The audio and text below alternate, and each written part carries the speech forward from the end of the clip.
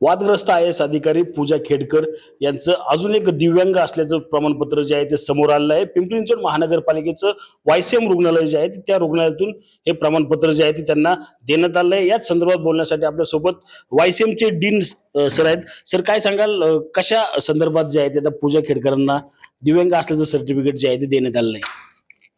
त्यांनी जो काही अर्ज केला होता आपल्याकडे 2022 साली ऑगस्ट महिन्यामध्ये, तर त्या दरम्यान त्यांनी जे काही आपल्याकडे हॉस्पिटलमध्ये रुग्णालयामध्ये जे तपासण्या झाल्यात त्या तपासणीच्या आधारे आपण त्यांना जे काही सर्टिफिकेशन दिलेलं आहे दिव्यांगत्वाचं 7% 7% सर्टिफिकेट त्यांना दिलं गेलं आहे.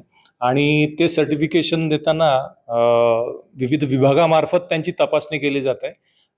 त्यांनी जो काही अर्ज केला होता तो अस्थिव्यंग या कॅटेगरीमध्ये केला होता, लोकोमोटर डिसॅबिलिटीज या कॅटेगरीमध्ये त्यांनी तो अर्ज केला होता. आणि त्याची आपले जे फिजिओथेरपिस्ट आहे, भौतिकोपचार तज्ज्ञ जे आहेत त्यांच्यामार्फत शहानिशा होऊन आणि त्याच्यानंतर अस्थिव्यंग तज्ज्ञ जे आहेत त्यांच्यामार्फत शहानिशा होऊन ते सर्टिफिकेट जनरेशन आपण करतो.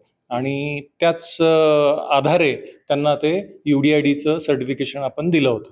सर, आपण त्याच काळात पाहिलं तर औंध जिल्हा रुग्णालय जे आहे तर त्याच महिन्यात ऑगस्ट महिन्यामध्येच त्यांनी तिथे देखील अप्लाय केला होता, मात्र तिथून फेटाळण्यात आलं होतं.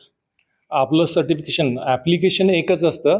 आपलं सर्टिफिकेशन जी प्रक्रिया आहे ती लवकर संपली आणि त्यांच्याकडनं ते फेटाळलं गेलं नाही, ते ऑटो कॅन्सल झालेलं आहे. ऑनलाईन प्रक्रिया असल्या कारणाने ते ऑटो कॅन्सल औंध रुग्णालयामार्फत केलं गेलं, कारण ऑलरेडी आपलं सर्टिफिकेट ते जनरेट झालं होतं.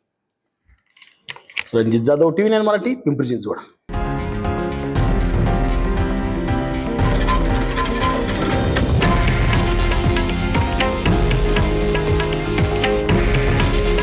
हे आहे देशातील नंबर 1 न्यूज नेटवर्क आणि आपण पाहत आहात TV9 मराठी.